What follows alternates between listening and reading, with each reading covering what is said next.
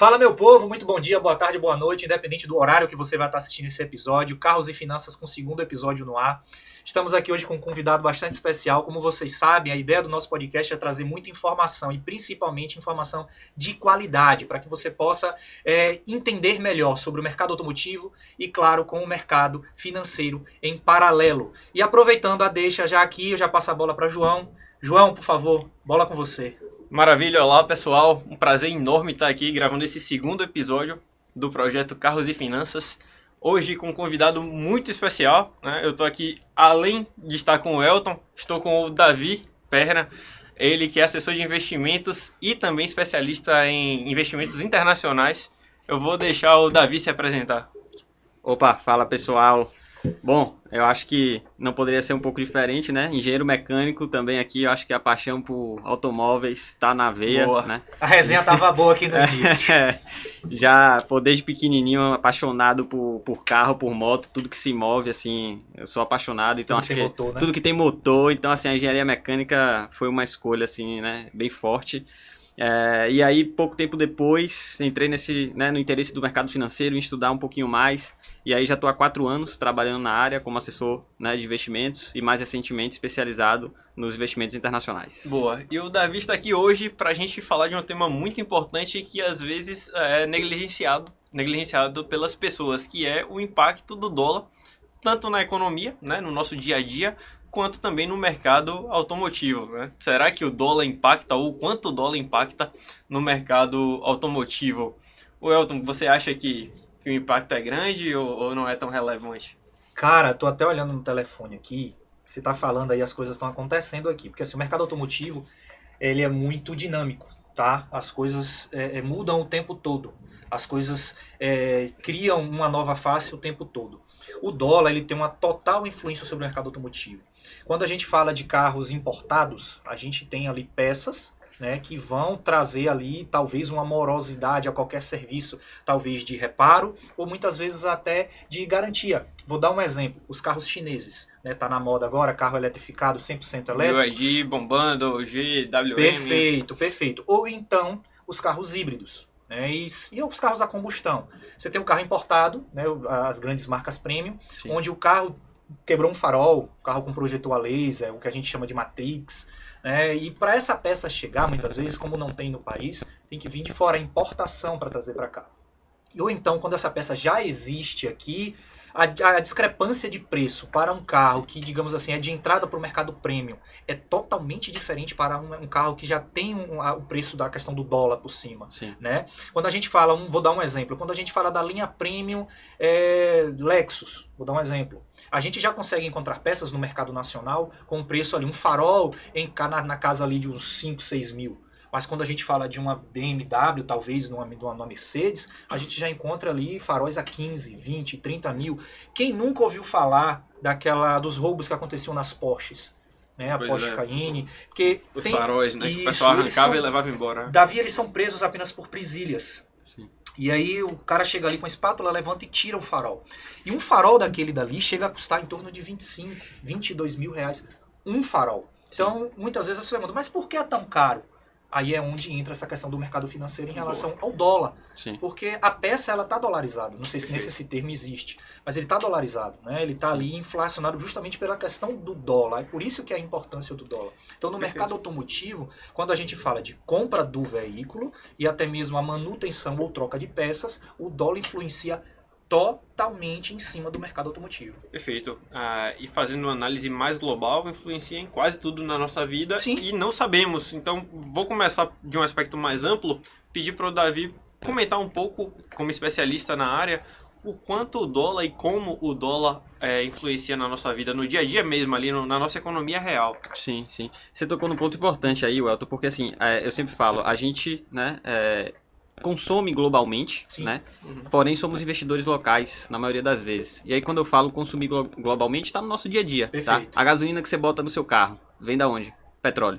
Né? Petróleo é o quê? Commodity global. Tá atrelado ao preço do dólar. Perfeito. Muito por conta disso, nossa gasolina subiu tanto, o diesel inclusive continua até mais caro do que a gasolina nesse momento, por conta da paridade, né, com o nível do petróleo, da commodity. Então isso influencia na gasolina que você bota. Se o dólar sobe, a gasolina fica mais cara. Vamos um pouco para trás, o pão que você come, tá? Diariamente ali, farinha também é uma commodity, tá? Se o preço do dólar sobe, a farinha sobe, o pão que você vai comprar ali no dia a dia vai subir também. Perfeito. Então, agora vamos até para o item que a gente usa, um celular, né? Que muitas vezes é importado, né? Você falou de peças de carro, então quem não conhece a Microsoft, Apple, né? Quem não conhece essas marcas, Dell, são marcas todas globais que estão no nosso dia a dia.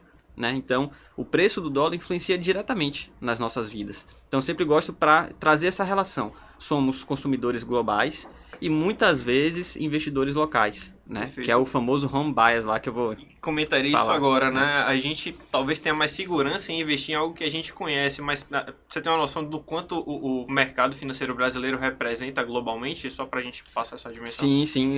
Tem um famoso lá 3-2-1, a gente fala, né? O Brasil representa 3% do PIB mundial. Tá? Apenas 3% do PIB mundial. 2% do mercado de renda fixa do mundo. E menos que 1% do mercado de renda variável do mundo. Sim. Então a gente, né, é um grãozinho de areia ali perante, né, todo esse mercado global. Vamos um exemplo prático. Apple, se você pegar o valor de mercado da Apple, ele vale mais do que quase 3 vezes a nossa bolsa inteira de valores. Cara, isso é muito interessante porque eu já escutei clientes falando assim, não invisto fora porque eu sou conservador, então deixa eu ficar aqui onde eu conheço, sabe? Deixa eu ficar na minha renda fixa do Brasil mesmo, que eu conheço aquele banco, eu conheço esse título, tá tudo certo. Mas se olhar do ponto de vista de que diversificação traz segurança, de que o dólar é uma moeda muito mais madura que o real, que tem aí, né, não tem nem 30 anos ainda, e que a economia norte-americana é muito mais resiliente, né, e muito mais madura do que a brasileira, seria, na verdade, um risco maior você ter todo o capital investido no Brasil, certo? Exatamente, né? É o home bias que a gente chama no mercado financeiro. O que é home bias? É o perfil ali do investidor de investir, de ter todo o seu capital no país onde ele mora, né? Onde ele reside. E isso é natural, obviamente, né? Você mora no Brasil, você conhece, você vive aqui. Então você tá acostumado com o seu dia a dia aqui, você acaba concentrando todos os seus investimentos no país onde você reside. Mas aí se a gente pegar alguns casos clássicos, tá? Se a gente olhar Brasil, mais de 90% dos investidores do Brasil só investem no Brasil. Então a gente está falando que... Só investem aqui. Então a gente está falando que 10% das pessoas têm uma diversificação global. E tem outro ponto, né? A maioria das pessoas ainda não investe, ou pelo menos não investe de maneira adequada. Então se você pegar um percentual das que investem, né? Que já é um percentual reduzido, e você pega que 90% desse percentual reduzido ainda está todo aqui, eu acho que falta bastante educação financeira para a população de forma geral. Esse é um tema que acho que vale um outro podcast, outro capítulo, que é educação financeira, né? Exato. Dentro desse perfil que a gente está falando em relação ao dólar, que você atende enquanto na questão da consultoria, né, da assistência financeira. O cliente hoje, o perfil, né, do cliente que você hoje atende, ele pensa muito nisso em relação ao dólar, e como você mesmo falou, olha, praticamente 90% ali, né, isso só faz aqui mesmo, Brasil. O perfil do cliente que você atende hoje, a gente está falando do mercado baiano, a gente está falando de Salvador aqui, fala do dólar, fala em investir aqui, pergunta para você o que faz para poder ser melhor o dólar ou não.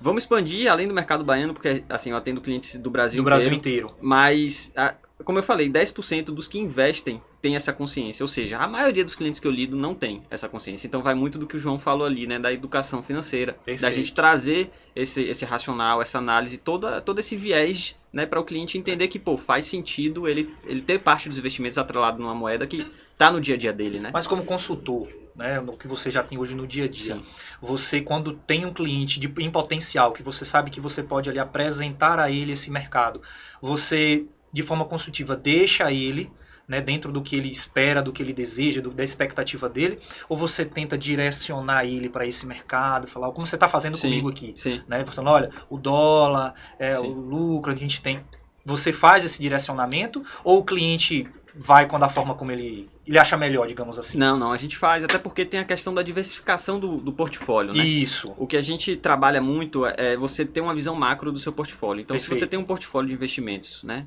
seus ativos diversificados, você está preparado para basicamente todos os cenários que podem acontecer. Maravilha. Macroeconomicamente, inclusive, né? E aí a gente até fala, uma carteira diversificada, não necessariamente ela vai render sempre mais do que as outras, mas ela está preparada para qualquer cenário. Exato. E isso entra a diversificação global. né, que a gente está trazendo aqui. Era muito difícil, até 3, 4 anos atrás, era muito difícil a gente conseguir acessar esses investimentos internacionais. Muito por conta disso, a gente tem a maioria dos investidores que não investem lá fora. Diversificaram, né? Vamos falar em dinheiro, eu acredito que precisava ter $500 mil para você abrir uma conta lá fora, então ficava inviável para muita gente. Como é que tá isso hoje? Exato, então os $500 mil é para você abrir, antes você tinha que abrir uma empresa fora, né, que o pessoal chama offshore, muitas vezes as pessoas entendem offshore como algo pejorativo, mas não é simplesmente uma empresa fora onde você precisava de toda essa estrutura para conseguir acessar investimentos internacionais, e hoje em dia não. Hoje em dia a gente já tem aí muitas casas, muitos mercados, muitos bancos, né, muitas corretoras trazendo essa acessibilidade, né, para o mercado internacional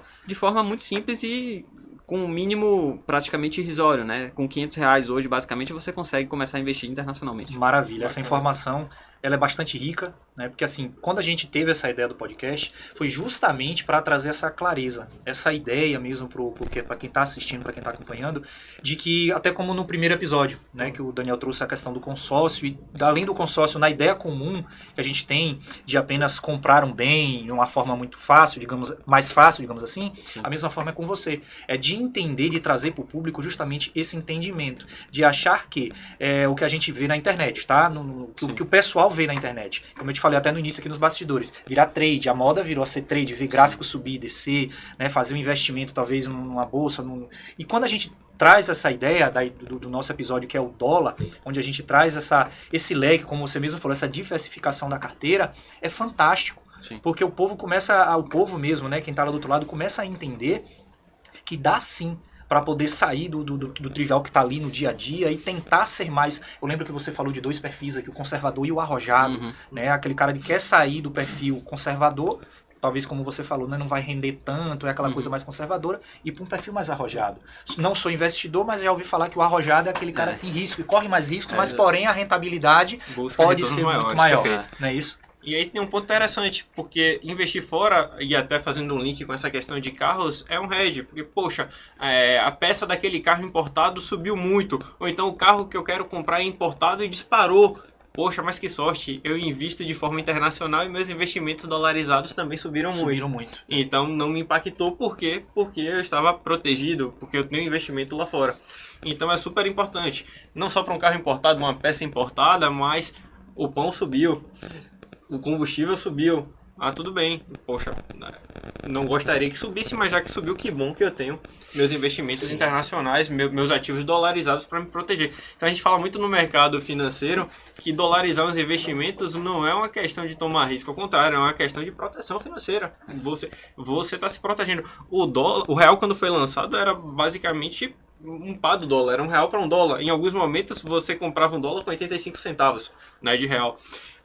Hoje em dia a gente já fala em patamar próximo de R$5. Então o real, ao longo desses quase 30 anos, perdeu 80% do valor em relação ao dólar. E deve continuar perdendo. Talvez em algum movimento curto você tenha uma desvalorização do dólar, cai ali para 4,85, 4,80. Mas se a gente olhar num período longo, você acredita, Welton, que daqui a 10 anos o dólar vai estar, um exemplo, acima de R$6 ou abaixo de 5? Acho que vai estar acima. Muito provavelmente. Se a gente quiser apelar um pouco e falar da Argentina, eu fui para a Argentina em 2014, no finalzinho. Com $1 você comprava, salvo engano, 12, 13 pesos na época. Hoje em dia, eu nem sei quantos, mas muitos pesos. Então, dolarizar investimentos é fundamental e investir fora é uma possibilidade super acessível agora, certo, Davi? Com certeza, com certeza. Dentro do que você tem como planejamento, até como assessoria, quando a gente fala em dólar, riscos, o que hoje o seu cliente, o que você apresenta, né, de riscos. Porque quando a gente fala de investimentos, a primeira coisa, como você mesmo falou, o offshore, vem logo uma questão talvez pejorativa na cabeça de alguém. Ou de achar que é algo ilegal, quando na verdade não é. Exato. Né? Existem cenários de aplicações ilegais, mas são pontos fora da curva onde a pessoa buscou formas ilegais de fazer, mas se feito corretamente, é tudo legal. Né? Tem todo um processo correto para fazer. Exato. Acho que o Davi pode comentar um pouco melhor. E nessas questões de risco, né, como até que o João falou agora, completando na verdade, nessas questões de risco, o que você apresenta para o teu cliente quando você está ali, talvez, buscando a diversificação da carteira, Sim. os riscos na dolarização, da carteira, o que você apresenta como risco? O João tocou num ponto ali interessante, que é o preço do par, né? Real dólar ao longo dos anos. Ok. Se você chegar para qualquer pessoa, Elton, e perguntar assim, você investiria em um país onde a sua moeda perdeu 80% do valor de compra ao longo dos anos? De forma. Esse país, infelizmente, é o nosso, né? Sim. É o Brasil. Então já começa aí, a pessoa a depender, já fica, poxa, se a gente realmente analisa todos esses pontos, a desvalorização, e eu espero, sinceramente, que o Brasil melhore, né? Somos brasileiros, moramos aqui. É um desejo Espero nosso. que a gente não continue com essa desvalorização da nossa moeda tão forte. Sim. Mas é um cenário que pode acontecer. O João trouxe uma ideia de um outro país que, enfim, passa por também problemas muito, muito mais sérios do que o nosso e tem uma moeda super desvalorizada. Se a gente for falar em cenário de nota de crédito do país, assim, como grau de investimento, qual seria o grau do Brasil, assim? Então, a gente está comparado ali com países como Bangladesh, né? Como países, assim, em grau de risco. Bangladesh. Você investiria lá? Eu também não. Então, assim, o grau de risco do Brasil para o investidor estrangeiro, ele é um grau baixo, né? E aí, de novo, eu trago aquela ideia. Será que é ser conservador investir só no Brasil? O risco é alto, no caso, né? A nota de crédito, né? O grau é baixo. Exato, exatamente. Tá. Então, será que é ser conservador, né? Investir só no Brasil? Então, a gente começa a trazer essa ideia porque, de fato, a gente está atrelado ao dólar. O dólar é uma moeda que oscila, então... Por vezes ela pode passar momentos subindo mais ou caindo, né? Então isso é que às vezes acaba trazendo a preocupação maior do investidor, né? Essa oscilação da moeda. Comprei a 6, agora tá... Ou comprei a 5, agora tá 4,80, perdi dinheiro, mas o pessoal tem que olhar um pouco a longo prazo. Eu vou contar até uma história interessante aqui. Quando eu trabalhava no setor automotivo, enfim, no gerenciamento dos projetos, eu recebi uma planilha com a previsão da cotação futura do dólar, né? O que se esperava que o dólar tivesse de cotação ao longo dos próximos meses. E era um momento que o dólar estava custando ali 2,60, 2,65, e na planilha dizia que em poucos meses ia bater 3,15, 3,20. Eu falei, gente, não tem como, é uma alta muito forte para um tempo curto, né? E aconteceu, tá? Poderia não ter acontecido, mas o que eu quero dizer é, agora a gente está falando de um dólar barato porque está abaixo de R$5, porque bateu quase 6 na pandemia. Então, se naquele momento que foi para 3,20 que eu estava achando caríssimo, eu achei que nem iria, eu tivesse colocado o meu recurso em dolarizado, né, naquele momento que nem era fácil investir, mas agora é. Imagina, eu já teria saído de 3,15, 3,20 e já estaria agora bem mais alto, né? Já estaria 4,90. Outro exemplo interessante, e aí já afeta a parte dos carros também, quando começou 2020, que foi o ano que a Covid-19 estourou de fato, eu me lembro, o primeiro dia de trabalho, eu subindo o elevador do prédio, e eu vi a cotação do dólar, salvo engano, estava R$4, 4,1, 4,2, nessa faixa. E ao longo da pandemia ele chegou a bater perto de R$6, então uma alta assim, de quase 50%. Por quê? Porque o dólar é digamos assim, um porto seguro, é uma moeda onde no momento de certeza as pessoas correm para ela. Por quê? Pelo que eu falei, economia mais madura, moeda mais resiliente. Então, os negócios globalmente ainda são feitos muito baseados no dólar. Então, é onde as pessoas se sentem mais confortáveis em colocar o dinheiro no momento de crise. Perfeito. Então, o carro, e aí puxando para o que a gente começou falando, os carros subiram muito. Ok que entrou questão de pandemia, de ruptura de cadeia de fornecedores, faltou semicondutores, mas a gente viu carros saindo aí, um carro que zero custava R$100 mil para custar 140, 150. Eu comprei um carro em 2020, usei esse carro 3 anos, vendi esse carro no início desse ano pelo preço que eu comprei. E por quê? Porque o dólar subiu, afetou. E por essas questões de insumo. Então, dolarizar o investimento é fundamental. Eu acho que isso está claro, né? A gente falou bem. E eu gostaria também de te perguntar, Davi, sobre as oportunidades de investir fora. Por exemplo, a gente não tem hoje uma montadora nacional, né? A gente tem fábricas de montadoras internacionais. Exato. Aqui no Brasil. Sim. Mas a gente não tem uma montadora brasileira. através da possibilidade de investir no mercado internacional, você pode investir numa Tesla, inclusive, numa Volkswagen, numa Ford, enfim, várias outras. Então, comenta um pouco dessas possibilidades que, ao abrir uma conta internacional, o investidor tem de aplicar o seu recurso. Perfeito. Tudo começa com o perfil do investidor, né? E aí esse é o ponto que você tinha perguntado lá, um perfil mais conservador e tudo mais, o pessoal fica com muito receio de investir internacionalmente, mas lá é um mercado muito mais maduro que o nosso. Então, basicamente, a gente consegue acessar os mesmos investimentos que a gente tem aqui, lá também. Então, quando a gente fala de renda fixa aqui no Brasil, crédito privado, é o que a gente chama dos bonds lá fora, renda fixa lá fora. Né? Quando a gente fala de título público aqui do Brasil, são as treasuries lá fora, também tem. Né? Quando a gente fala de ações aqui no Brasil, da mesma forma, são os estoques lá fora, a gente também tem isso, né? Então, é possível você investir, você montar uma carteira de investimentos tão diversificada quanto, até mais, né? Eu diria, porque, né, como eu falei... Limite, não há limite, não, né? Não há limite, né? A gente está falando do maior mercado do mundo. E, na verdade, quando você tem uma conta no Brasil, você é muito limitado em investimento. Você basicamente investe no Brasil. Quando você tem uma conta nos Estados Unidos, uma conta internacional, mas você pode investir em ações da Alemanha, ações de empresas inglesas, ações de empresas chinesas. Isso. Aí vai no início, quando eu comecei a fazer a pergunta ao Davi, foi justamente por isso. Porque pra gente, né, vocês que são profissionais da área de finanças e eu que sou da área automotiva, a gente vê em alguns momentos alguns investidores que atuam na área automotiva, mas que tem até capital, que você vê que tem capital, tem potencial para poder diversificar a carteira, né, mas ficam ali limitados porque eles muitas vezes não têm esse conhecimento, né, de entender que existem vários outros produtos e existem vários outros mercados em que eles podem estar diversificando essa carteira. Por isso que eu te perguntei. Porque muitas vezes o cara tem um perfil conservador. O cara, eu tenho ali, mas eu tenho medo de colocar nisso aí, velho. Pô, não vejo ninguém fazendo isso aí. Ou então é aquele cara, não, o que aparece eu tô botando dinheiro, eu tô botando dinheiro em cima. Às vezes uma pessoa super conservadora, e seu comentário tá perfeito, escuta um conhecido, uma pessoa de confiança, e é sempre de confiança, fala, rapaz, tem um esquema bom, eu tô ganhando 5% ao mês. E ela entra, mesmo sendo conservador, porque foi uma pessoa de confiança que chegou ali no ouvido e falou, e ela vai.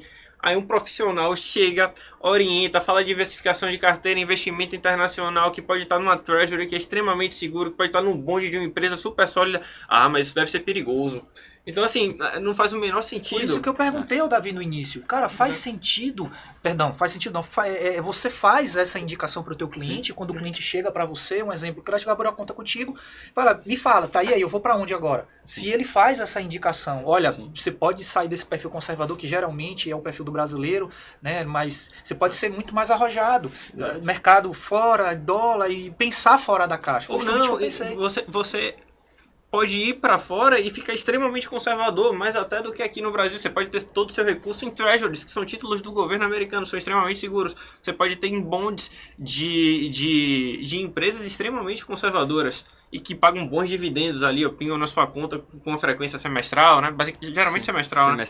E você tem uma renda passiva ali, que o seu dinheiro tá aplicado lá fora e todo semestre cai um dinheirinho ali para você usar no dia a dia. Então, assim, as possibilidades são enormes. E você montar uma carteira, inclusive, de renda passiva no exterior, né, uma carteira internacional que pague dividendos, é hoje em dia uma realidade.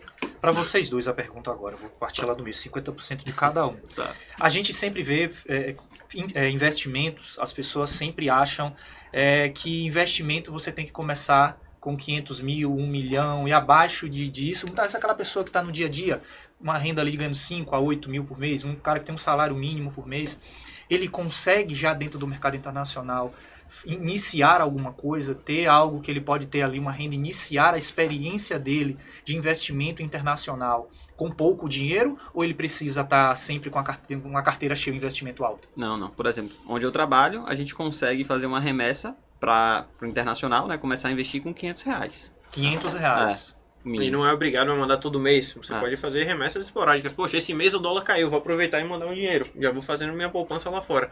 E, inclusive, você consegue mandar com um IOF reduzido, porque é um IOF de investimentos, não é um IOF para turismo, por exemplo. Exatamente. Então, é uma forma excelente de você criar uma reserva financeira em dólar. Tá. Né? Até pensando no futuro. Ah, mas eu vou mandar a maior parte do meu recurso? Não, mas é fundamental que você... Vou mandar a maior parte? Não, mas é fundamental que você mande uma parte, uma parcela ali fora. Outra coisa que eu gosto sempre de comentar como assessor de investimentos mesmo, é que a disciplina e a constância são mais importantes do que fazer uma aplicação alta uma vez e parar. Então, poxa, eu só tenho R$500 para mandar para o exterior esse mês, né, para minha conta internacional. Manda esses 500, no mês que vem manda 500 de novo, manda 500 e assim vai. Ah, esse mês o dólar subiu, eu não vou mandar. Daqui a um mês pode estar mais alto, daqui a 6 meses pode estar muito mais alto. Então, por exemplo, vou puxar o exemplo que eu trouxe. Poxa, saindo de um dólar de 2,60, um dólar de 3,15, 3,20 é caríssimo. Ah, não vou mandar não, eu mandava todo mês ali um valor para minha conta internacional, não vou mandar agora não, que subiu. Aí você parou, nunca mais mandou. Aí tá vendo o dólar agora perto de R$5 e você nunca mais mandou. Poderia estar mandando a 3,20. Então é não parar. A gente não sabe para onde vai, mas a gente sabe que é importante estar exposto ao dólar e que a tendência no longo prazo é que o dólar esteja mais valorizado em relação ao real. Outra coisa, falando de, ok, que os Estados Unidos agora estão numa situação atípica, juros altos, inflação, etc. Coisa que é super normal para nós brasileiros, né? Mas se a gente considerar a possibilidade de ter um cenário de incerteza, é muito mais fácil ter incertezas enormes políticas, fiscais, econômicas, sanitárias no Brasil do que nos Estados Unidos. Então, é super importante ter um recurso lá. Na consultoria automotiva, a gente sempre tem aquela preocupação de acompanhar o cliente desde o momento onde ele se interessa pelo carro, ou seja, quando ele nos procura, até a entrega deste veículo e até mesmo no pós-venda, dar aquele suporte, como a gente estava começando no início. Então, às vezes o cara não entende nada de carro, e aí ele vai precisar de ajuda também no pós-venda, né? no pós-compra. E aí a gente na consultoria automotiva faz esse acompanhamento. Dentro de hoje, tá? Vamos estar que a gente aqui convenceu umas 1.000 pessoas a hoje a começarem R$500 com o mercado internacional. Sim. Hoje, para essas pessoas que têm zero experiência, tá? Quem já tem experiência, quem já tem assessores financeiros ao seu lado, sabe muito bem tocar, e quando não sabe, o assessor toma a frente e resolve para ele ali. Acompanha essa questão do dólar, subir e descer. Mas para quem vai começar, para quem aqui no final vai entrar em contato contigo, vai entrar em contato com o João, para começar a movimentar, diversificar a carteira, há também dentro da consultoria, da assistência financeira, vocês acompanharem desde lá do início até esse passar, subir, descer, você informar, olha, investe agora, tira, bota. Existe isso aí também dentro da assistência? Perfeito, né? Faz parte do trabalho do assessor, né, Maravilha. João? Então, assim, a gente está sempre acompanhando o portfólio do cliente, sempre orientando ele sobre... Você falou do momento que a gente vive agora, eu não sei quando é que vocês vão estar ouvindo, vendo, mas o momento que a gente vive hoje, né, a gente tem Estados Unidos numa taxa de juros que a gente não vê há mais de 20 anos atrás, de tempo, né, digamos assim. Então, a gente está monitorando isso. Então, a gente entra hoje em contato com os clientes, a gente fala, pô, a gente está num momento muito interessante de fazer remessas agora, dólar abaixo de 5, Estados Unidos com taxa de juro alta. Então, esse é um momento super oportuno. Então, a gente está sempre olhando tanto para aqui o Brasil, né, nossa economia aqui, quanto também para a macroeconomia e orientando os clientes o melhor momento, acompanhando essa evolução da carteira dele. A gente fala internamente ali no mercado financeiro que um bonde que paga 5% ao ano dolarizado é o equivalente a um IPCA mais 6 aqui no Brasil, que é um título que te paga 6% ao ano de ganho real, ou seja, independente da inflação, qualquer que seja a inflação, ele vai te pagar 6 acima. Isso é raro e quando você vê uma oportunidade dessa, você tem que aproveitar, porque não acontece toda hora e não dura tanto. Quando você vê um bonde de uma empresa super renomada globalmente te pagando 5% ao ano dolarizado, poxa, é de se aproveitar, né? É uma oportunidade assim que não está passando na nossa frente toda hora. Exato. E aproveito esse momento para fazer uma pergunta que eu recebi também, que foi de um cliente que perguntou assim, olha João, se eu consigo aplicar nesse momento em um CDB aqui no Brasil a 13% ao ano de rentabilidade, por que eu vou mandar para fora e aplicar num bonde para ganhar 5%? Não é melhor ganhar 13%? E aí, como é que você contornaria, como é que você responderia essa pergunta? Essa é uma pergunta bem comum, inclusive, né? Se a gente olha a taxa nominal, Brasil é maior. Mas eu te volto com uma pergunta, quanto é que tá a taxa nominal lá na Argentina agora? É verdade, dá para investir no já é títulos do governo já é um argumento aí, porque o cliente na hora ele não vai saber. Você vê que eu já travei aqui, né? Tá muito alta, mas assim, o ponto é, quando a gente fala de diversificação, a gente não está olhando só para a rentabilidade nominal. Primeiro, se a gente olhar para o passado e ver a desvalorização do real, se a gente pega um dólar mais 5, ele vai estar rendendo muito mais do que provavelmente ali um prefixado de 10, 11%, 12%. Mas eu não tenho como prever que a desvalorização vai continuar nessa mesma, né, nesse mesmo sentido. Então, a gente não vai muito por esse lado de taxa nominal. A gente trabalha muito na questão da diversificação, né, da diversificação geográfica, da diversificação da moeda e a construção desse patrimônio globalizado. O pessoal, muitas vezes, principalmente quem é leigo no mercado, né, quem ainda não é atendido por nós, é muito 880, né? Assim, qual é o produto da vez, qual é o melhor investimento agora, onde é que eu boto meu dinheiro? Ah, internacional é melhor, então resgata tudo aqui, joga pra lá, onde é que eu vou ter meu ganho? E não é assim, né? O ganho vem da disciplina, da paciência, da constância, da diversificação, sabe? E, poxa, coloquei em dólar, ele não andou tanto. Coloquei só uma parte, não preciso desse dinheiro agora, espero. Inclusive caiu, vou mandar mais. Inclusive, poxa, surgiu um ativo pagando melhor, vou mandar mais. E aí, beleza, tira daqui, ou junta mais um pouquinho, manda. Pô, agora subiu, disparou. Não tem mais perspectiva de subir tanto. Se subir vai ser pouco e talvez caia. Agora eu resgato dali. Resgato meu lucro. Tá bom onde? Porra, aqui agora que tá bom. Então eu mando pra cá. Mando todo? Não, tiro uma parte. Por quê? Porque se continuar subindo lá, eu continuo tendo lucro. Então, esse ritmo, eu gosto muito de um exemplo que eu falo assim, poxa, um cliente vai fazer uma viagem de carro. Né? A gente tá em Salvador, vamos falar, pô, daqui para Aracaju. É quanto tempo de viagem? 4 horas. Beleza, é um tempo plausível, né? Que você viaja fazendo uma média de velocidade adequada, né? Um ritmo bom, você vê uma reta, você vai acelerar mais, tem um trecho mais sinuoso, você diminui, mas é esperado. Aí o cliente fala, não, eu quero ir em 1 hora de carro. Cara, a chance disso dar uma merda no caminho é gigante.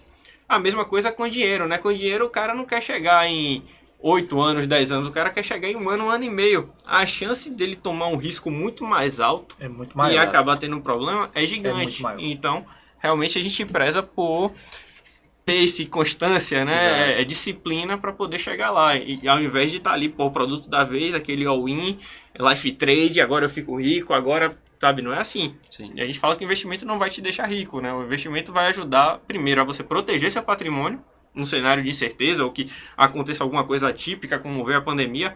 E segundo, vai rentabilizar seu patrimônio de uma maneira inteligente e estratégica, para que você consiga ter mais uma rentabilidade ali, uma rentabilidade acima da média, estando protegido. Basicamente isso. Mas o cara que entra especulativo, quero botar 10 mil, eu quero ter 1 milhão daqui a 1 ano, cara, esse cara aí, a chance dele perder tudo é muito maior do que ele chegar lá. Na prévia desse bate-papo que a gente está tendo aqui, vocês estão falando aí, eu estou aqui maquinando, para o mercado automotivo, para quem hoje pensa em sair da linha popular e ir para a linha premium, já ficou muito claro aqui, com você falando, que o dólar é o principal fator, onde ele tem que observar, fazer o planejamento, né, para a compra desse carro premium em relação ao dólar. Né, porque ele vai ter, como eu falei, peça, manutenção, a compra, o valor do próprio carro, talvez até o valor de importação que vai incidir em cima desse carro. E por questão dos investidores, é aquela questão da diversificação da carteira e entender o porquê que ele deve diversificar a carteira. Ponto, isso ficou compreendido. Sim. Mas e quando a gente fala em riscos? Tá? O que a gente pode pensar? O que a gente pode usar como estratégia para se proteger? Quando eu olho para o mercado automotivo, por eu ser consultor automotivo e atuar no setor, eu entendo que é justamente observar como está o mercado, como você mesmo falou, de onde esse carro está vindo, onde ele é montado, onde ele é construído, né, para onde ele vem, de onde é a marca. Então, ok, a parte da consultoria automotiva, a gente já até tem uma ideia. Mas na questão do investimento, para essas questões dos riscos, o que é que a gente pode fazer para se proteger dentro dessa, por exemplo, diversifiquei minha carteira, tá lá no dólar, tá dolarizado, mas o que é que eu posso fazer para me proteger, para que esse risco seja minimizado, digamos assim? Perfeito. De novo, vai muito do perfil do investidor. Então, se o investidor ele é mais conservador, primeiro ele vai precisar de um apoio, ou seja, estudar ou procurar um consultor financeiro, um assessor financeiro para poder ajudar ele. E aí, se ele é conservador, você tem ali investimentos que vai proteger ele, né, desse risco. Né? Você vai ter a renda fixa lá fora, que é muito comparada com a renda fixa aqui do Brasil. Então, e tomar cuidado, como o João falou, com essas falsas promessas, né? Com essa busca de rentabilidades altas, né? Então, às vezes o investidor ele é conservador, mas quer rentabilidade alta, né? Uma coisa... Sempre. Não é sempre, a pessoa vai querer rentabilidade, segurança e liquidez. Escolha 2. 3 é quase impossível. Então, primeiro, às vezes a gente volta ali na educação. Às vezes, eu sou conservador, mas quero 20, 30% de ganho, né? No ano. Sem risco. E com liquidez. Se eu precisar sacar amanhã, eu quero dinheiro. Exato. Então, primeiro você precisa entender o mercado, né? Se aliar ali com profissionais. Primeiro, entender o mercado. Segundo, Perfeito. estar ali aliado com profissionais. Com bons profissionais, né? Procurar fontes seguras de informação. Maravilha. Né? Quando você tem isso, você começa a ter acesso às possibilidades. Poxa, dentro do meu perfil, o que é possível investir lá fora? E aí você monta uma carteira, você monta um portfólio de acordo com isso.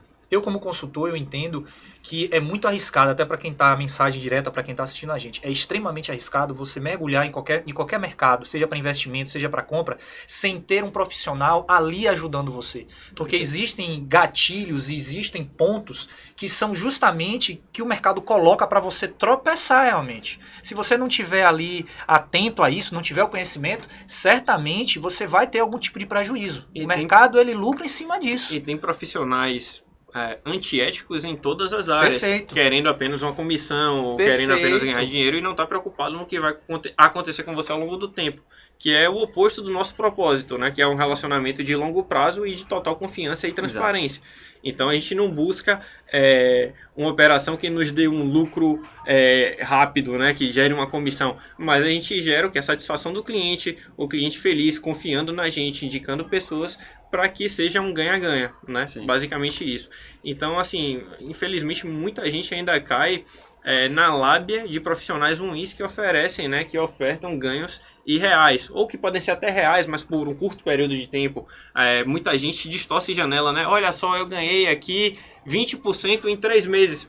Pode ter ganhado, mas por quantos períodos de 2, 3 meses você vai repetir aquela rentabilidade? Sim. Será que nos próximos 2, 3 meses você não vai ter um prejuízo e perder tudo que você ganhou? Porque pode acontecer. Então a gente preza por consistência.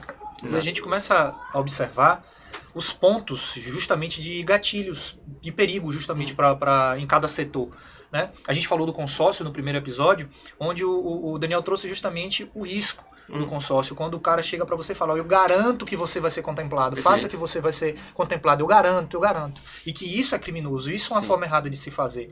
Entra o que vocês estão acabando de dizer, aquele cara que já entra, não, traga seu dinheiro, que eu garanto a você altas rentabilidades, liquidez. De forma segura. Exato.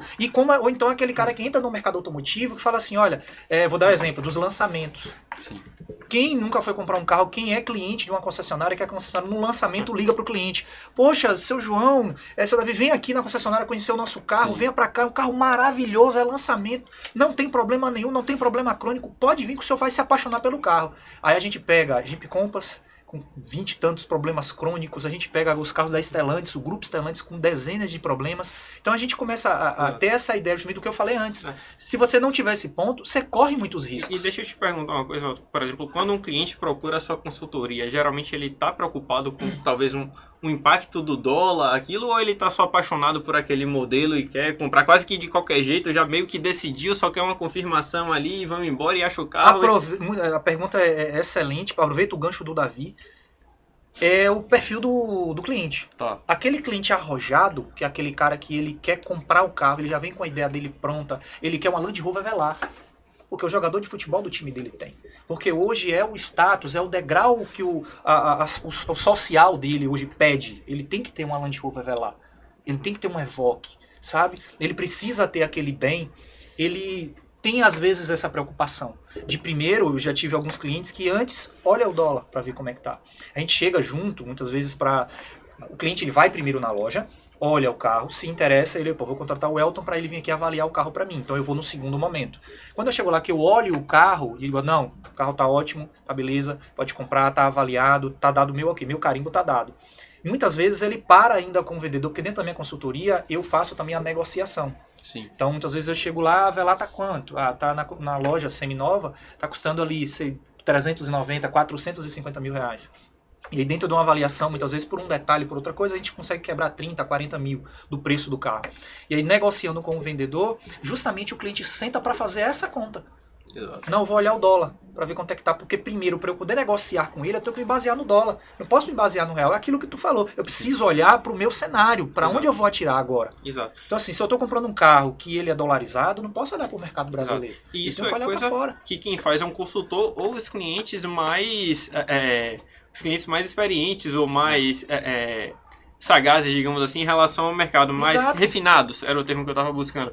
Porque o leigo não sabe, imagina, sei lá, um profissional liberal, ou enfim, qualquer Não, olha, profissional do dia a dia que não trabalha não com se investimentos importa. ou com carro, ele não tem, por exemplo, a disponibilidade de tempo, nem a sua expertise, Davi, para olhar o que está acontecendo no mercado internacional com o dólar, escutando palestras das pessoas mais renomadas, dos economistas mais renomados do mercado falando sobre esse tema, olhando as ações, olhando bonds, treasuries, enfim.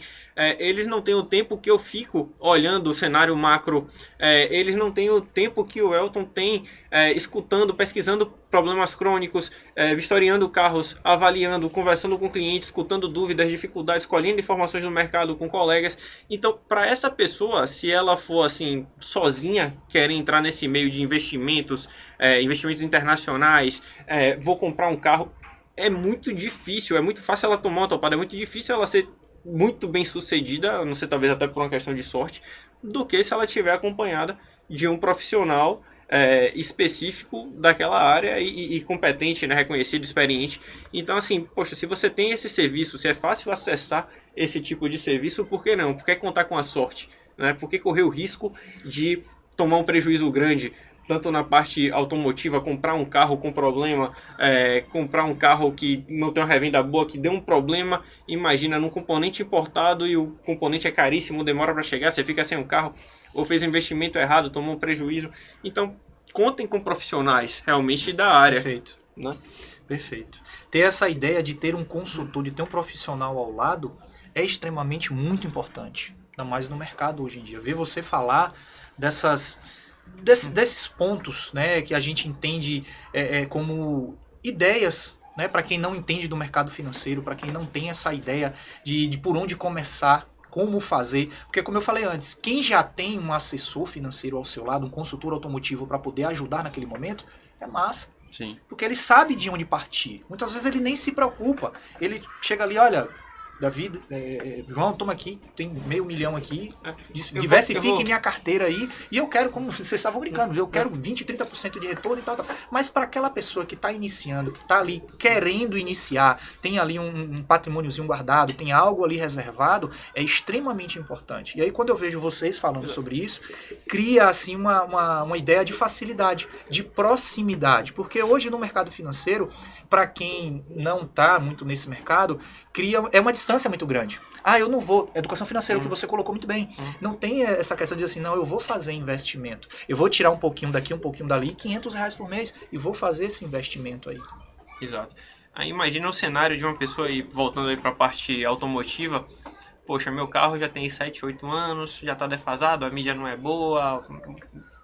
Enfim, já estou querendo outra coisa, as coisas melhoraram para mim, estou ganhando melhor. Vou vender meu carro. Aí a pessoa, poxa, tá dedicada e a profissão, o dia a dia de todo mundo super corrido. O que ela faz? Fala, poxa, eu não vou nem anunciar porque eu posso tomar um golpe, não sei com quem eu vou lidar, e eu vou chegar numa loja, vou deixar o meu, vou pegar outro. Para começar, seu carro já é bem depreciado nessa brincadeira, né? Eles vão pagar lá embaixo, tá? Spread, é mercado, é isso aí. E aí, você vai comprar um carro que aparentemente tá lindão ali no showroom, só que ele pode estar maquiado, cheio de problemas ali, né, repintado, foi batido, vários serviços. Uma pessoa leiga não vai saber enxergar isso. Assim como uma pessoa leiga em investimentos não vai saber que é um bom momento para comprar dólar, para investir lá fora, em quem investir lá fora, ou é um bom momento para comprar através de consórcio, como falamos no episódio 1. Perfeito. Não, esse momento é bom para financiamento. Então, é super importante, acredito que seja super importante essa consultoria.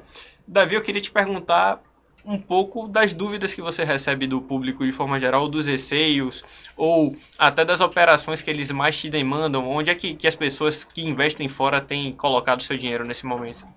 A gente segue nesse momento assim uma linha mais conservadora, inclusive, né? Assim, até pelo momento que a gente passa hoje, né? Fala um pouco mais desse momento. Por que faz sentido ser mais conservador? Eu sempre ouvi que a Bolsa Americana não cai, que teve assim, uma queda em 2008, naquela crise imobiliária, outra queda por conta da Covid, mas fora isso, a Bolsa Americana é para cima. Então, por que ser tão conservador? Não era melhor colocar em ações?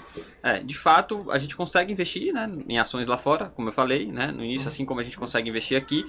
Mas a gente precisa olhar também como está se comportando o mercado no momento, né? Então, no momento atual, a gente vê Estados Unidos com taxas altas de juros, a gente vê uma possibilidade, né, de recessão, onde muitos analistas, muitos gestores já meio que precificam isso, e isso obviamente poderia fazer com que a bolsa caísse, com que o preço das ações momentaneamente caísse.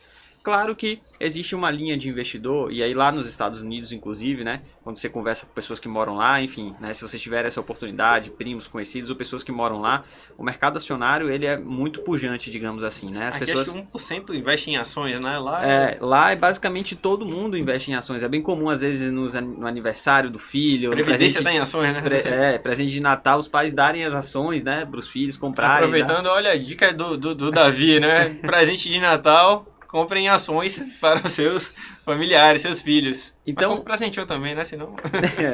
é sempre bom, né? Então, o mercado acionário lá é muito forte, porque, historicamente, a taxa de juros dos Estados Unidos é muito baixa. Então, claro, e a gente fala de nomes grandes, Microsoft, Apple, são empresas que estão relacionadas ali no nosso dia a dia, né? Óbvio que, historicamente, ao longo dos anos, essas ações tendem a se valorizar muito.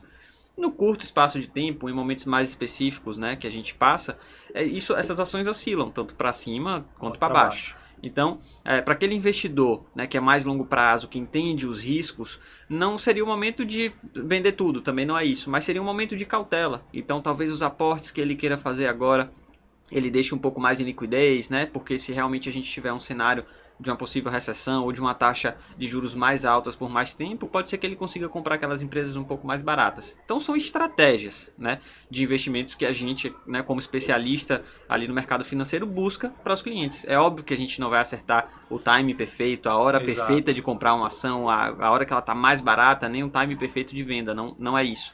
Mas é a gente sempre olhar para o mercado, para o cenário macro e tecer estratégias, oferecer estratégias para o cliente para que ele consiga chegar ali no que ele busca. Boa, bacana. E das operações, claro que depende do perfil, mas o que é que o pessoal tem feito bastante? São operações com segurança e liquidez, basicamente por essa questão do receio com a recessão americana, juros altos, enfim, basicamente isso. Basicamente isso. Tá, sim, tá claro. E de dúvidas, o que é que surge para você, assim, ou receios? Eu acho que as principais são as objeções que a gente tratou aqui. Então, muitas vezes, quando a gente traz esse tema para o cliente, é um tema novo, né? Como eu falei, né? Basicamente, a gente tem 90% dos brasileiros que não investem lá fora. Então, é um tema novo. Então, seria esse receio. Poxa, o dólar, será que o dólar tá caro? Será que o dólar tá barato? E aí a gente volta naquele tema. Não, a gente não precisa se preocupar com o dólar. Se a gente começa a construir um patrimônio, a gente vai fazendo isso aos poucos. Então, acho que a primeira grande receio, a primeira grande dúvida é o momento perfeito e como é esse mercado, né? Porque muitas vezes as pessoas não entendem muito bem. Então, as dúvidas, na maioria das vezes dos clientes, está relacionado a isso. Como é esse mercado, o que pode ser feito lá fora, como se pode investir e o momento perfeito, né? Quando a gente fala em dólar, acredito que algumas pessoas vão ter esse conhecimento e outras não. A gente está falando do dólar americano. Sim. Perfeito? A gente tem o dólar canadense, australiano. O dólar canadense, australiano, americano... Inglês? Inglês é Libra. É Libra. Não, pela questão mesmo de conhecimento que as pessoas têm. Então a gente está baseando o mercado dolarizado em cima do dólar americano. Dólar americano. Perfeito. Exatamente. Maravilha. Existe, claro que volta naquela resposta quase que padrão de depende do perfil, etc. Mas existe um percentual, uma faixa percentual adequada de investimento internacional, de investimento dolarizado. Para minha conta pessoal, eu não estou nesse patamar ainda, mas eu busco ter 10% dolarizado. Sim. Tá? Mas existe um valor que você recomende, assim, um percentual adequado? É um bom número, assim, 10% é uma média que geralmente é o que a gente vê entre os investidores. E aí, enfim, tem às vezes aquele cliente que tem uma posição um pouco maior, porque depende muito do perfil dele. Às vezes é um cliente que viaja muito, ou uma pessoa, um investidor que viaja muito, gosta de viajar. Então, faz sentido você até ter um patrimônio maior internacional, até porque você pode usar esse recurso lá fora, né? Perfeito. Inclusive. Pode ser muito bom. Pode ser muito bom. Então, se você viaja muito, ou se você consome carros importados, coisas importadas, faz mais sentido você ter um patrimônio maior internacional. Do contrário, não. Então, vai muito ali da construção mesmo, do caso a caso, ou seja, de cada um. Vamos falar assim, para cada Porsche na garagem, um percentual maior alocado na conta internacional. Exatamente. Né? Mas eu acho que o cerne da questão tem como ser conservador lá fora, e se tem como ser conservador lá fora, a gente não precisa ficar tão receoso de quanto, né, do meu patrimônio está lá ou não. A questão é mais estratégica mesmo, né? Dentro do que a gente tem de mercado, tanto lá fora quanto aqui. Isso. Maravilha. Boa, bacana. E dúvidas, Welton, você? Não, o que a gente estava até olhando no telefone aqui, tinha recebido algumas perguntas, mas já foram tiradas aqui no nosso circuito, no nosso bate-papo. Era mesmo aquela questão de entender, né, passar para o público justamente essa ideia de que é um assunto novo, né, quando a gente fala de mercado internacional, quando a gente fala de dolarização, apesar de que a gente vê tanto na televisão, vê na internet, tudo que a gente vê, como você bem colocou, todas as marcas é tudo dólar. É tudo dólar. E quando a gente tem essa questão de ter a ideia de que o mercado internacional pode trazer também possibilidades de investimento, Perfeito. É fantástico. Porque a gente pode ter esse entendimento de dizer assim, eu posso muito bem mudar o meu perfil, como você falou, sair de um perfil conservador e arriscar e ter um perfil mais arrojado para ter um retorno melhor, tentar arriscar mais, para quem quer se movimentar dentro do mercado financeiro. Perfeito. E outro ponto importante é que a gente atrelou, né, aqui no nosso bate-papo, uma dolarização a carros importados, a componentes importados de carros, mas o que a gente percebe é que a cadeia de produção é global hoje, né? Então, as peças vão ser fabricadas onde é mais barato, né? Tanto mão de obra quanto os insumos de produção, enfim. Então, acaba que tudo é negociado em dólar. Então, basicamente, não é assim, mas, poxa, meu carro é fabricado aqui no Brasil, é um carro popular, então eu não preciso dessa preocupação. Cara, qual foi o carro que não subiu quando o dólar deu uma puxada de 4 para quase 6? Então, assim, quem é que não consome farinha, né? Quem é que não come um pão de vez em quando? Quem é que não coloca um combustível no carro? Então, assim, é uma preocupação para todos. Não é assim, mas eu não estou longe de comprar um carro importado, não tenho que me preocupar. Tem, né? Se você respira, você tem que ter alguma preocupação, porque você tá atrelado ao dólar de alguma forma. Todo o mercado sempre vai fazer essa análise, né? O mercado sempre vai te trazer para fazer essa análise. Não tem jeito. Você olha para a Coca-Cola, você olha para Apple, você olha para um telefone, para onde quer que você olhe, você vai ter essa questão da dolarização. Né? Você vai ter essa preocupação. E, Davi, dentro do que hoje você tem como atendimento do cliente, tá? Aquele cara que a nossa ideia aqui é justamente essa, mostrar o profissional o profissional Davi, que vai trazer essa ideia de atendimento. O cliente hoje que te contata, né, que entra em contato com você, que senta com você para uma mesa de negociações, botar ali de 10, desses 10, quantos já vêm com essa ideia de um mercado internacional para fazer investimentos? Ou nenhum vem, ou é você mesmo que acaba vendendo essa ideia para o cliente? Eu digo que é assim, 1 ou 2 já tem esse perfil de investimento internacional. A grande maioria já tem o investimento. A grande maioria não, tá? A grande maioria não tem, ou se tem ainda é muito pouco, ou ainda tem muita dúvida, né? Não sabe exatamente onde investir, como investir. Porque como eu falei, o mercado lá fora ele é muito diverso, né? Então você tem infinitas possibilidades. Então muitas vezes as pessoas não fazem, ou fazem um pouco ali porque realmente não tem orientação, tem muita dúvida, né? Sim. Sabe aquela história de, poxa, você não tinha acesso e de repente você tem acesso, mas é um leque tão grande, tão grande, tão grande, que você não sabe pra onde ir, sabe? Poxa, eu tenho 2.000 opções aqui de lugares onde colocar meu dinheiro, não faço ideia. Eu me lembro que uma vez eu abri minha carteira no Primo Rico, né? Abri minha carteira ali, eu tinha meus R$300. Falei, não, agora eu vou virar um investidor. E aí, cara, quando eu abri a oportunidade, né, que a gente tinha ali de portfólio para fazer investimento, eu falei, meu Deus, que sopa de letrinhas, para onde é que eu vou aqui, o que é que eu faço? E aí, quando você fala, né, que praticamente quase ninguém, 2, 3 pessoas, é quase ninguém, uma taxa muito baixa. De pessoas que não têm esse costume de fazer isso, aí eu puxo para a questão cultural, tá? Quando você falou que atende também pessoas nível Brasil, tá? Ou pessoas dos outros estados também. Culturalmente, o baiano, ele tem esse entendimento de fazer investimentos internacionais ou mais para cliente sul e sudeste? Essa comparação é até um pouco difícil de fazer, porque, assim, vai muito da onde o cara trabalha, o que ele faz, se ele é empresário, se ele não é. Então, muitas vezes, se é empresário, a depender do ramo da empresa, ele tem mais essa noção, né? Se ele é um importador, um exportador, ele está muito mais ligado no câmbio, então ele já tem uma noção ali, preciso redear, posso alavancar. Então, realmente, é muito da atividade profissional e do meio onde aquele cliente está inserido no seu dia a dia. E do conhecimento de forma geral sobre investimentos também.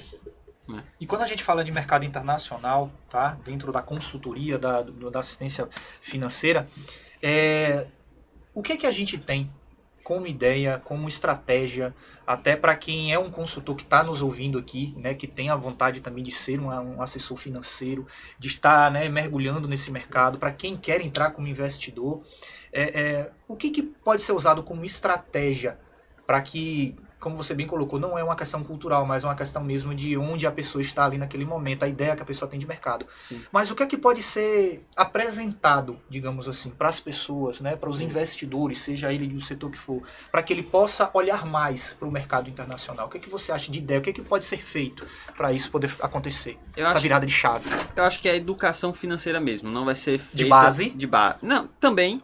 Mas não vai ser talvez numa conversa inicial, ou não vai ser num primeiro momento que você toque no assunto, que de fato a pessoa vai ter, né, essa vontade ou vai entender essa necessidade. Talvez isso ocorra ao longo do tempo. Mas eu sempre comento sobre aquilo que a gente vem falando aqui, né? Então, se você não tem nada, né, investido de forma internacional, para olhar um pouco para o seu dia a dia, e eu trago esses exemplos que a gente trouxe, né? Começa a fazer com que o investidor ele veja que o dia a dia dele existe uma exposição na moeda, né? Claro, aqui no Brasil você tem investimentos, por exemplo, atrelados ao IPCA. Então, ok, tudo bem, né? Eu posso investir no IPCA e talvez estar protegido da inflação. Mas você resolve um dos problemas. E a questão, né, da diversificação geográfica? Um outro exemplo é a Rússia, né? Por exemplo, como um país onde a gente tem um alto grau de investidores que só investem lá, o home bias, lá em torno de quase 90% também, está bem próximo do Brasil. O que você acha que aconteceu com a carteira desses clientes, com o patrimônio, né, dessas pessoas que moravam lá quando estourou, por exemplo, a guerra? Né? Até hoje a gente passa, né, por esse cenário lá.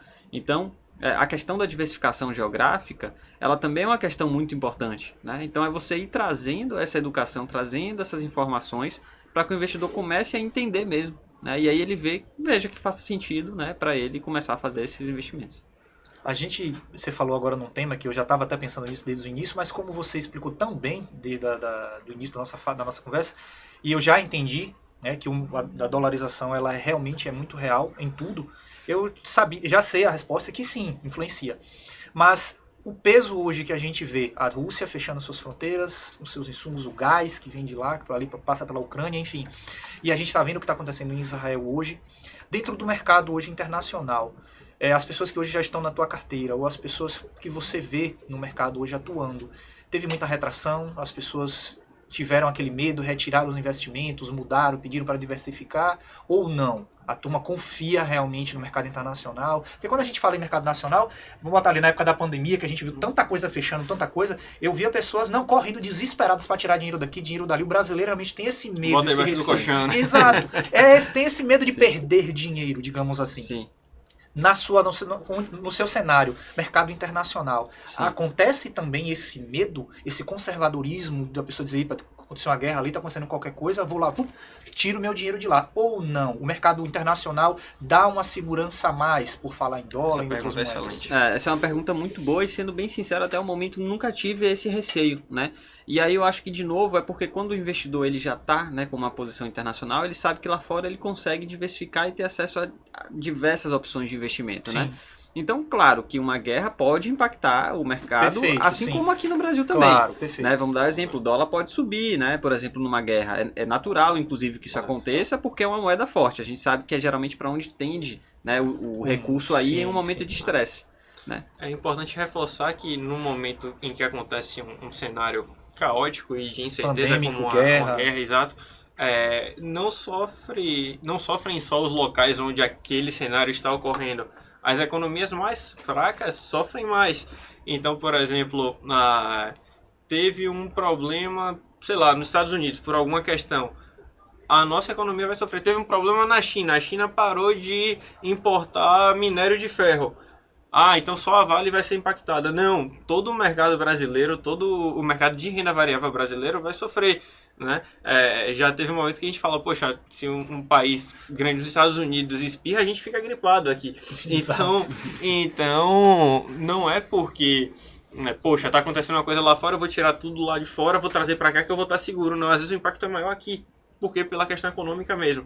Então, investir internacionalmente, dolarizar os ativos, um percentual da sua carteira, é uma proteção, inclusive, né? Não é para você tirar de lá porque está acontecendo, é para você mandar para se proteger, por incrível que pareça. Então, esse pensamento, que muitas vezes pode ser contraditório, as pessoas leigas não têm, mas é super importante. Quer se proteger, uma parcela do recurso em dólar, uma parcela internacional. Fazer essa variação aí. Exatamente. Dolarizar, mas também pensar no mercado interno, no que a gente tem aqui como nosso mercado. Perfeito. Né? Perfeito. A gente, quando fala do mercado automotivo, e voltando para... Porque sempre vai ser carro premium, tá? Dificilmente a gente no mercado automotivo, você que também entende de carro, é engenheiro, assim como o João também, entende que os carros populares que são produzidos aqui no Brasil para o popular, eles não sofrem tanto, entre aspas. Eu lembro quando a gente trabalhou na Ford, a gente via muito a questão da precificação do projeto.